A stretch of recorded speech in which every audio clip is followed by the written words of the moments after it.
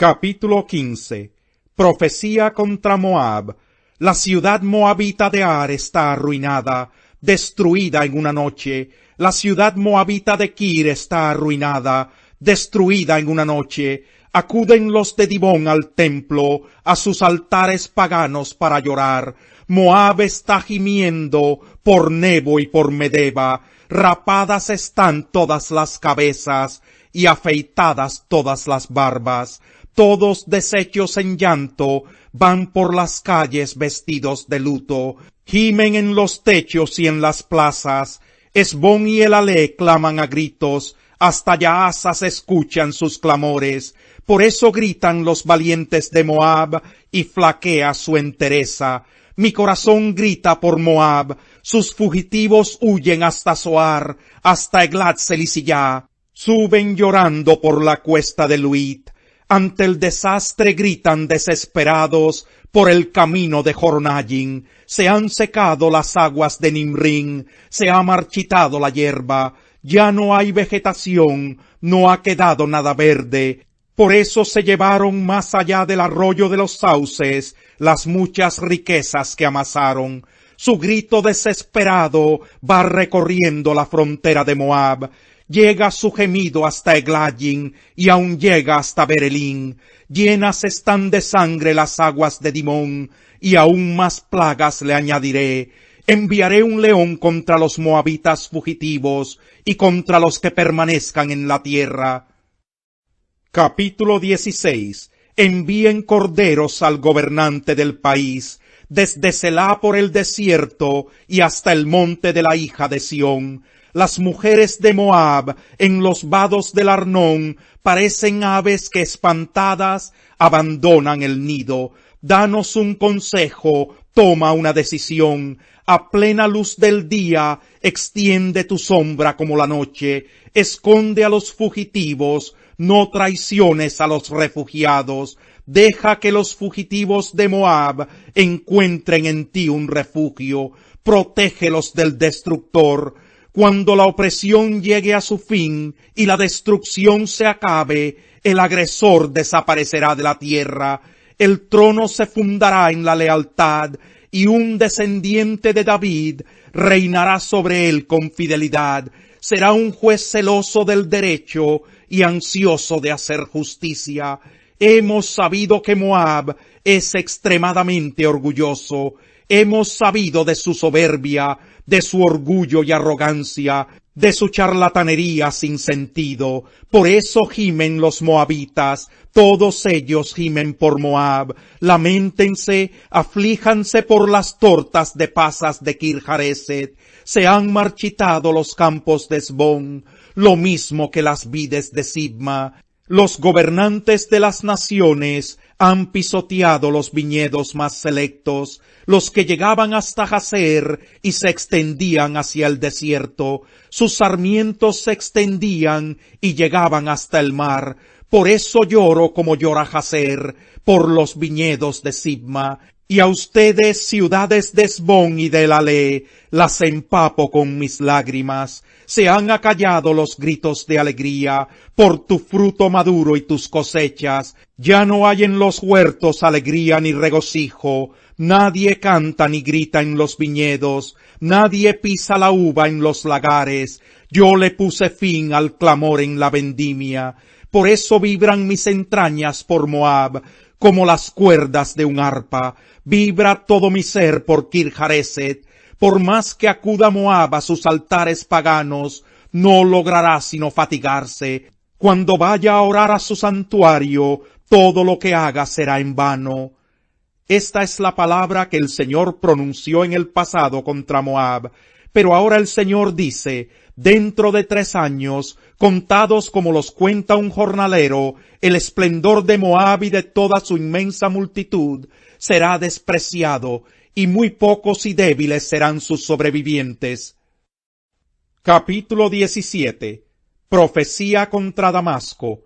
Miren a Damasco, Ya no será una ciudad, será convertida en un montón de escombros. Abandonadas quedarán las ciudades de Aroer. Serán pastizales donde los rebaños comerán sin que nadie los asuste. Efraín perderá la ciudad fortificada. Damasco se quedará sin realeza.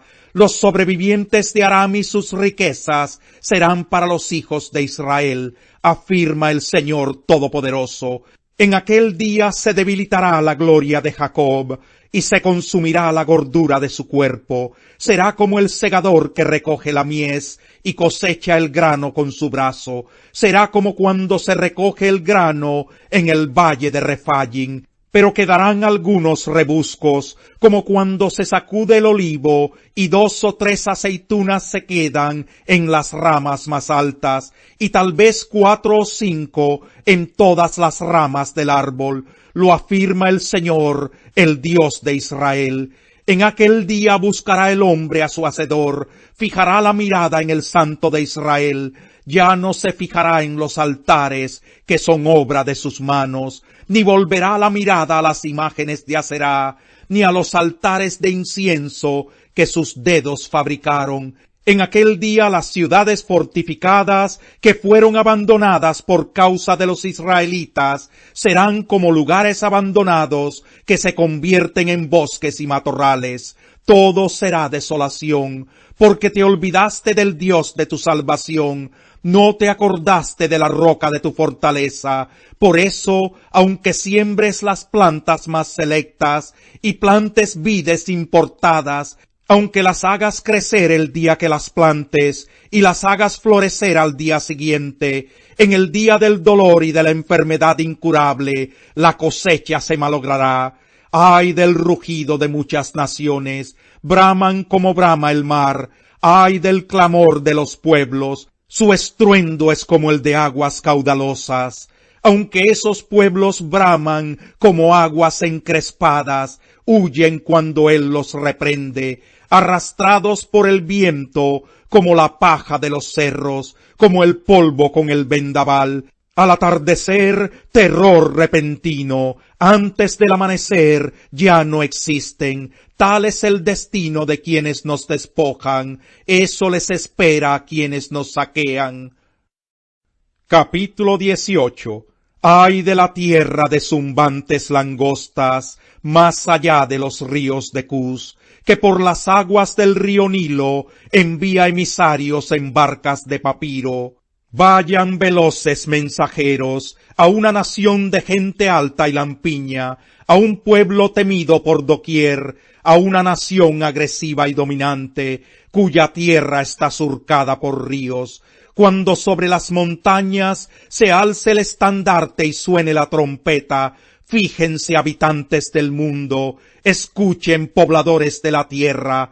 Así me dijo el Señor: desde mi morada miraré impasible, como los candentes rayos del sol, como las nubes de rocío en el calor de la vendimia. Porque antes de la vendimia, cuando la flor se cae y madura la uva, se podarán los retoños y se arrancarán de raíz los sarmientos. Todos ellos quedarán abandonados a los buitres de las montañas y a los animales salvajes. Durante el verano serán el alimento de las aves de rapiña, durante el invierno de todos los animales salvajes. En aquel tiempo ese pueblo de alta estatura y de lampiña piel, ese pueblo temido en todas partes, esa nación agresiva y dominante, cuya tierra está surcada por ríos, le llevará ofrendas al Señor Todopoderoso, se las llevará al monte Sión, al lugar donde habita el nombre del Señor Todopoderoso. Carta a los Gálatas. Capítulo 1. Pablo, apóstol, no por investidura ni mediación humanas, sino por Jesucristo y por Dios Padre, que lo levantó de entre los muertos, y todos los hermanos que están conmigo, a las iglesias de Galacia. Que Dios nuestro Padre y el Señor Jesucristo les concedan gracia y paz. Jesucristo dio su vida por nuestros pecados, para rescatarnos de este mundo malvado, según la voluntad de nuestro Dios y Padre, a quien sea la gloria por los siglos de los siglos. Amén. Me asombra que tan pronto estén dejando ustedes a quien los llamó por la gracia de Cristo, para pasarse a otro evangelio. No es que haya otro evangelio, sino que ciertos individuos están sembrando confusión entre ustedes y quieren tergiversar el evangelio de Cristo. Pero aun si alguno de nosotros o un ángel del cielo les predicara un evangelio distinto del que les hemos predicado, que caiga bajo maldición. Como ya lo hemos dicho, ahora lo repito, si alguien les anda predicando un evangelio distinto del que recibieron, que caiga bajo maldición. ¿Qué busco con esto? ¿Ganarme la aprobación humana o la de Dios? ¿Piensan que procuro agradar a los demás?